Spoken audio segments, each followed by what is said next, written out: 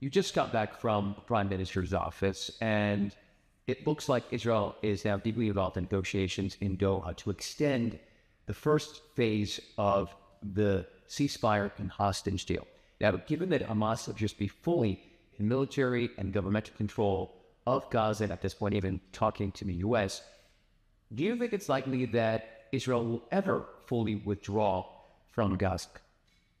If we will if we will achieve all our objectives in the war, the most important thing is what are our objectives? And we are determined to achieve that. First of all, that we won't have any threat from Gaza Strip to Israel's security, the security of our citizens, and that will not be achieved as long as the Gaza Strip won't be demilitarized totally. And we won't have the Hamas and Islamic Jihad as an armies of terror.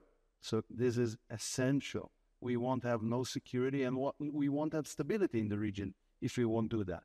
So that's first thing. And of course, the second thing is to release all our hostages, life hostages, the dead, the remainings of the other hostages. This is crucial for us, and we will not leave Gaza without achieving all these goals. And we negotiating. I would say war for itself is not an ideology.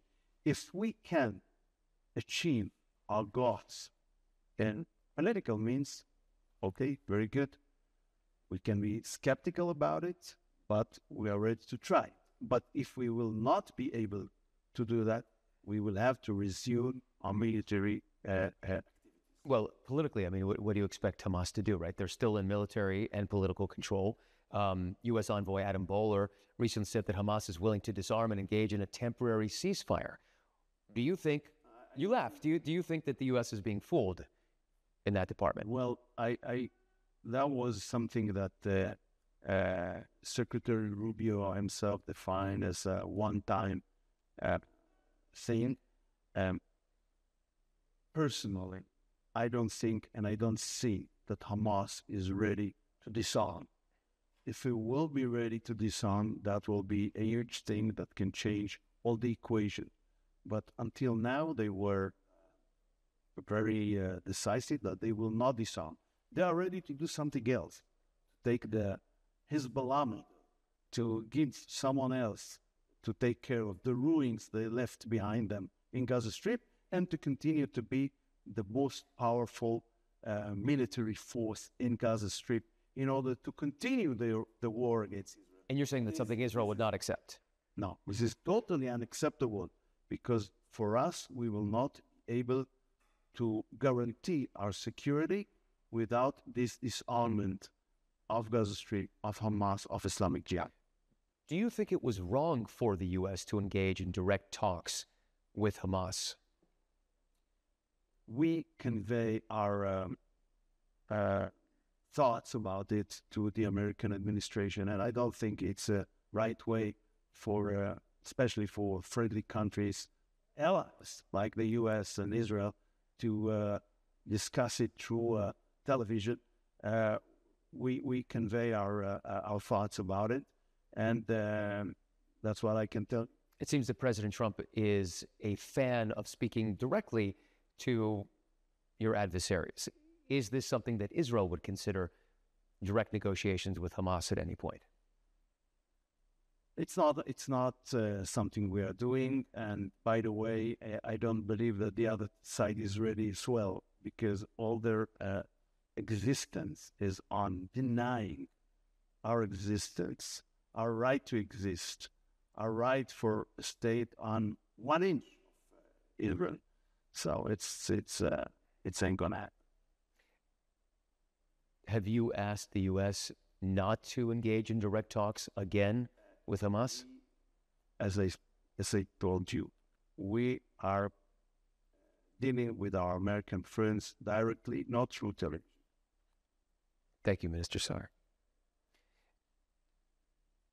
The families of the hostages asked me to ask you this question. It seems that the administration of President Trump cares more about the hostages than the Israeli government. Why is that? I don't think it's a fact. I don't think that. President Trump had 10 hostages in his office, in the Oval Office, but we haven't seen that with Prime Minister Netanyahu. I met time and again with them. Prime Minister met time and again with them. There is not even 1 week without meetings and phone conversation with families of hostages.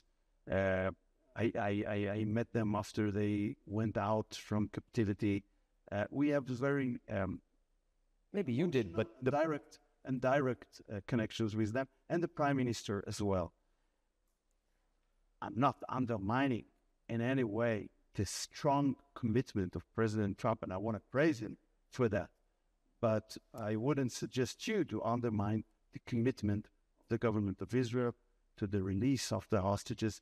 And I had the privilege 2 times to raise my hand to support painful, tough decisions of the government connected to release of terrorists, which is always very, very hard to do, but with a huge commitment to our brothers and our sisters. And this is the way that the majority of the hostages went out from their captivity, and we continue to work on the release of those who stay there alive, hostages, of course, and those who are not alive because they were captured, dead, and they took them to Gaza Strip, or because they killed them. Not to put you on the spot. Captivity. Not to put you on the spot too much, but my understanding is on the spot. It's okay.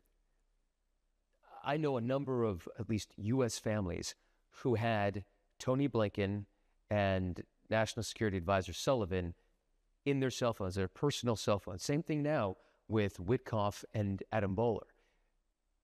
Do Israeli families of victims have your number on their cell phone, your personal cell phone? Of course.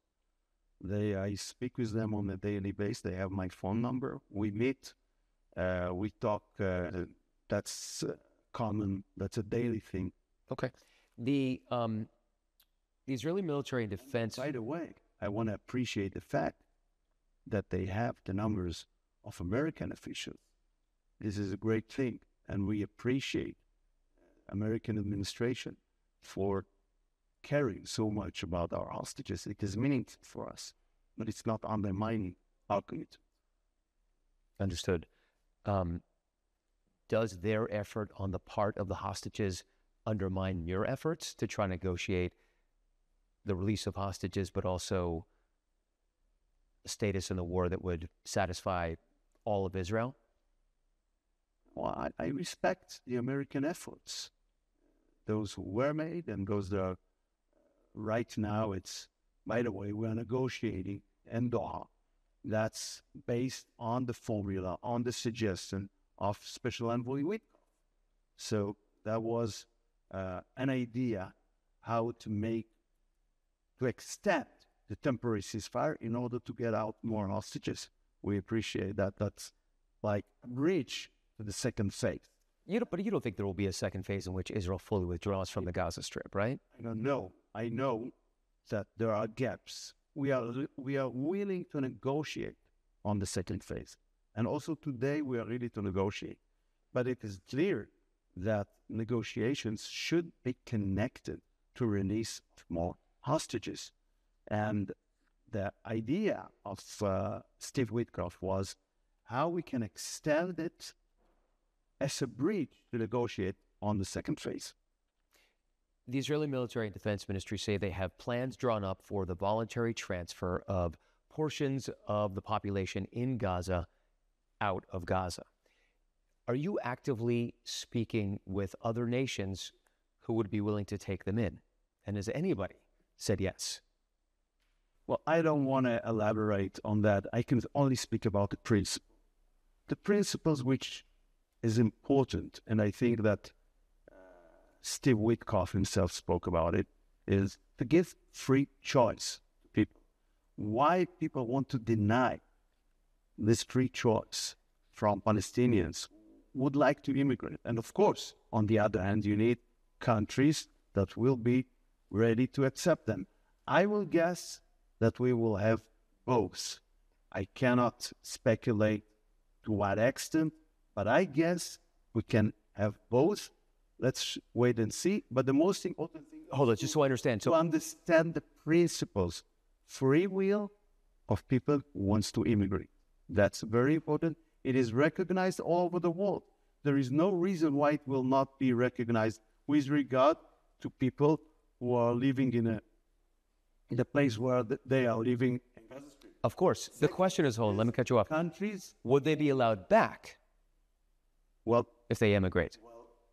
this is a question that will be determined by their own will, if they will be accepted by the countries who will accept them for the long run or for temporary. This should be agreed by those countries. I mean, you cannot do it without the countries who are ready to engage. But if, for example, there will be countries that will be ready to take them, not temporarily, and those people will like to go out, why not? Why it is human every other place in the world? Why it is practical every other place? Why it is moral every other way, every other place in the world except on Gaza Strip? It is double standards. And by the way, this is something that connected to what the Arab states are already doing for so many years, and is to keep Palestinians in refugee camps for ages and ages in order to use it as a political tool against Israel on any other part of the world. But refugees for 25 years. Understood. The only refugees I know for already 77 so-called refugees are the Palestinians. So the question is, Maybe are you... we should change it once and for all? And so are you actively engaged in speaking with other nations about taking in these Palestinians? When we would like to elaborate on it. So you're not denying that you're actually in talks with others? We would like to elaborate on that issue. We will do that. But I'm only speaking now about the principles who should be respected as much as they are respected with regard to immigration from any other part of the world. I'm going to press you again just because we're here.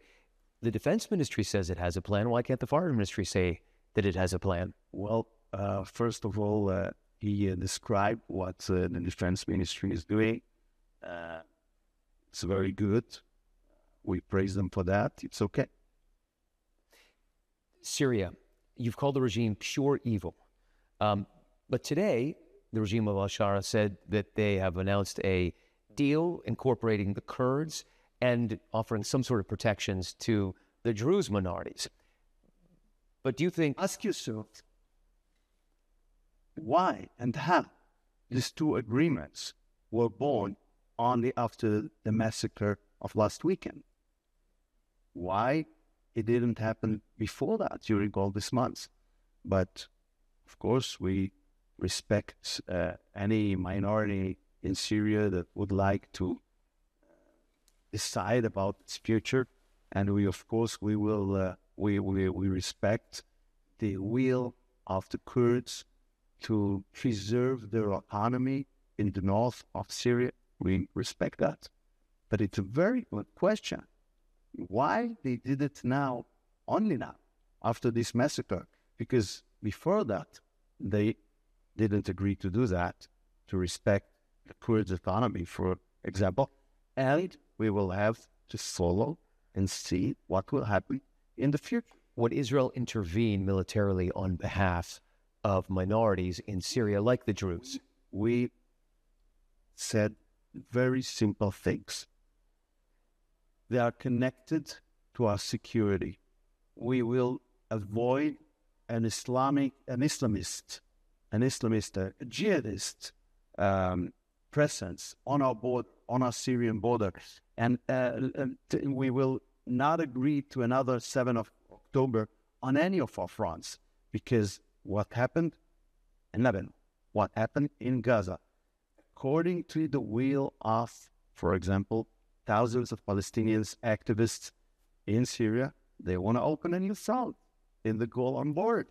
And we also saw what happened with this jihadist during this weekend. So we were very accurate with understanding the kind of threat we have there, and we will not allow it simply. So it is connected. What is going on in the south and of Syria, it is connected to our security because it's our border. What happened on the north, for example, with the Alawites, that was very painful as human beings to see that. And we spoke very clearly about it. And I spoke very clearly about it. But we didn't consider to intervene. It's not our order. We cannot solve all the problems everywhere. We have an army which is busy with so many fronts of our security that this is our concern. Something must be understood. The Syrian border has something for us to watch and to take care of. So if this had happened along the Syrian border, you're saying Israel might have intervened? We said very clear things about that. We will not allow a jihadist threat from our Syrian border, and we will take all necessary measures in order to prevent that. Thank you, Mr. Sa'ar. Appreciate it.